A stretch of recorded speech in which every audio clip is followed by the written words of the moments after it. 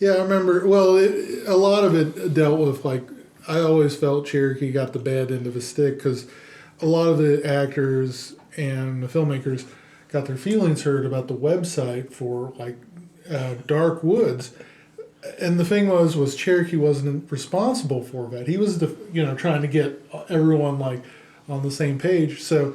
He was in the unenviable position, like you tell them, Cherokee, this is how it is. Yeah, so of course, was kind of the face of it. So which wasn't really me making all the decisions. So all these people were like Cherokee Hall doing all these, Oh, and the legendary electricity thing, the taser event.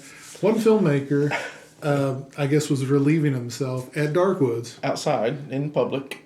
And a cop saw him and he said, "Come over here." And of course, what you're supposed to do is like, "I'll come over to the cop." Probably apologized and you'd been fine. He ran.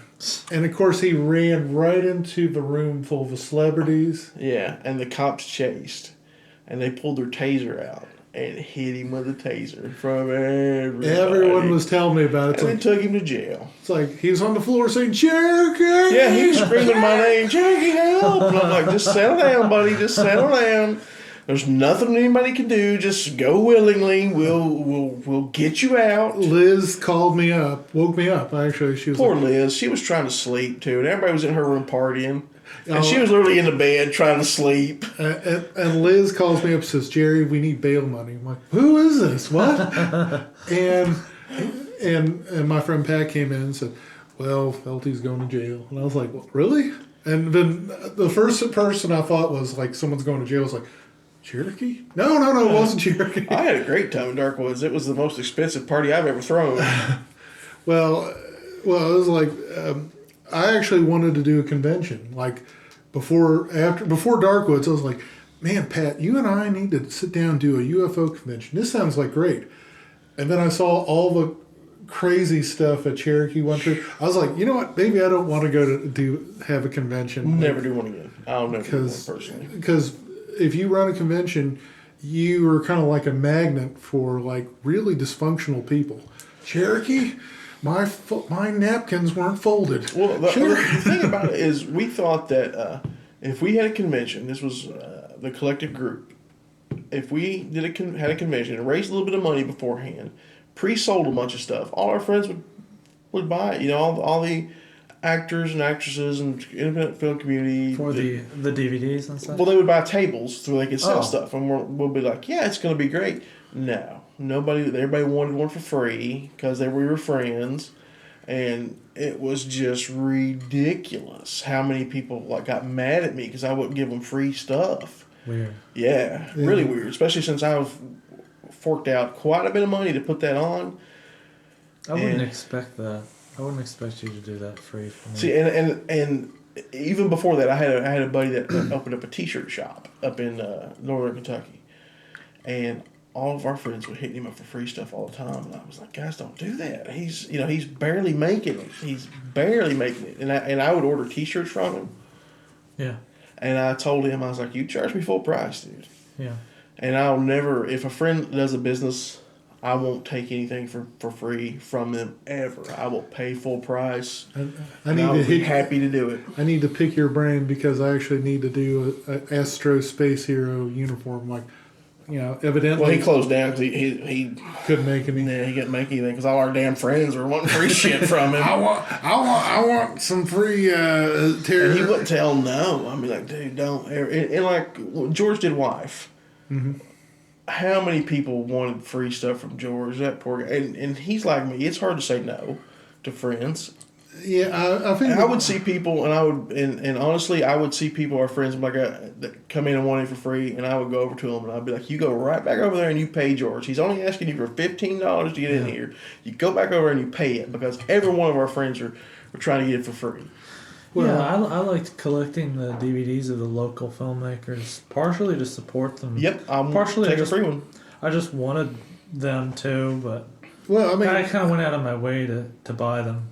Well, I mean, someone unless you work on them. Yeah. Like if I work on somebody's movie and I'm not getting paid, I expect a free copy. Yeah. And that's and nobody has a problem with that. Yeah, and you gave me a free copy of Mountain Mafia too. Good.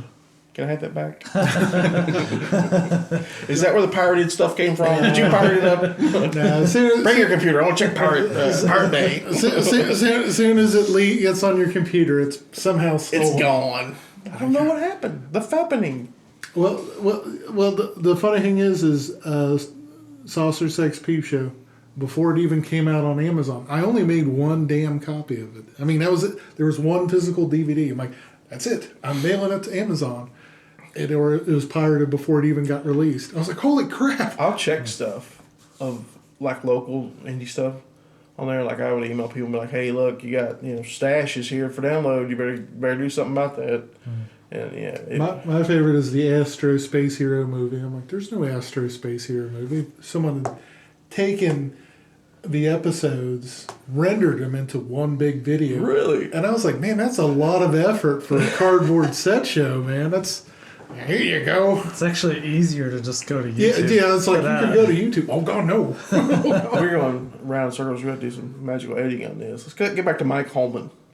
Mike Holman is, he's this escaped Venezuelan who decided he wanted to be a celebrity. He said he survived on celebrity because he liked food, nutrients, and young women. Now he was in the show Jackass, but was in a part that he really can't prove was him, but nobody can prove it wasn't him. Now he says, I asked him, this was a big, everybody was like, he says he's a star of Jackass and he's not, and blah, blah, blah, blah, blah. And I asked Mike point blank, I was like, Mike, were you in Jackass? And he said, was I the star of Jackass? No. Was I in Jackass? Yes. The rest of it is me marketing.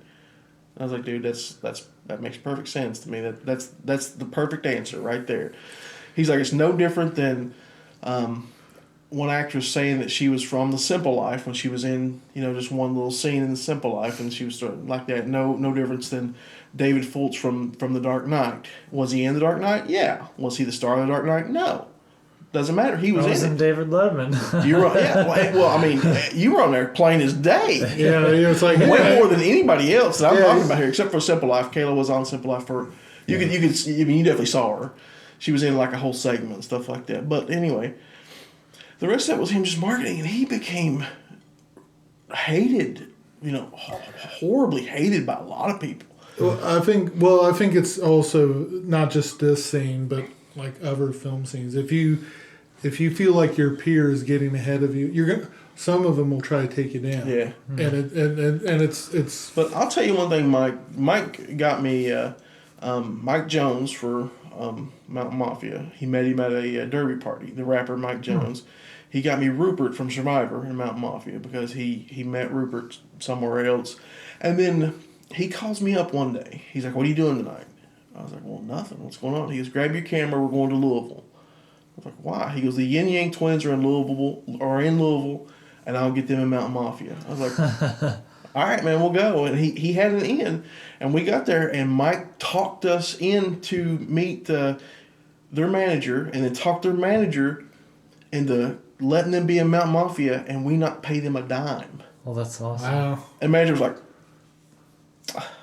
all right, that's what y'all want to do. You can do it. And just and we went out to a club with the Yin Yang Twins, partied with them, got drunk as hell, and then went out in the back alley of this club and filmed a scene with the Yin Yang Twins and left. That's funny. And it was all just because Mike had balls. Yeah. Yep, Mike will get into some crazy stuff. The joke is if you go to YouTube, there's actually a clip called "Who the fuck is Mike Holman?" Now him and that guy are friends now because this guy hated Mike and he made a big video about. I hate Mike Holman. Yeah. Well, Mike, I'm Facebook friends with him, and he's always posting like kind of controversial stuff. So maybe he likes that stuff. It seems like now more people are sensitive than they used to be. I don't know if that's just me projecting that, but.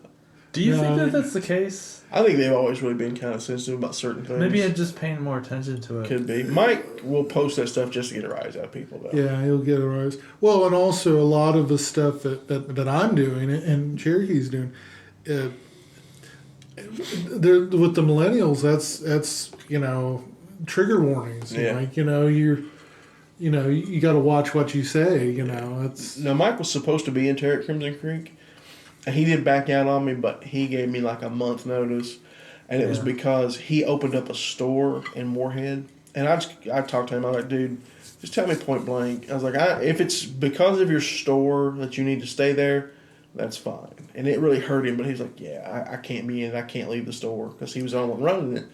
Him and another guy were running it, but he needed to be there. And I was like, dude, that's no problem. I don't hold any grudge towards him. I'll offer him, if I got another role in something down the road, I'll put Mike in it. I got to tell you, I filmed Mike Holman at Darkwoods, just him goofing around at his table.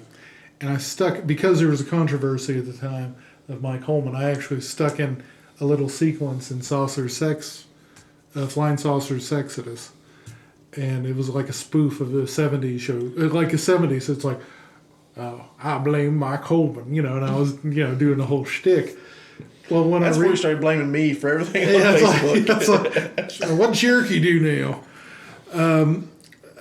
Well, anyways, we filmed it, and I put it in the film, and I renamed Flying Saucer's Exodus Saucer Sex Serial Killer. So every time I see him, he's like, Jerry, everyone thinks I've done porn. I was like, well, too bad, Mike. Awesome, man. I was like, and I'll say something like, you haven't. Yeah. Dustin Diamond did one. It's time for you, buddy. Why not? Huh? All right. What other controversies? Anything you I'm gonna turn think this of? off. I'll make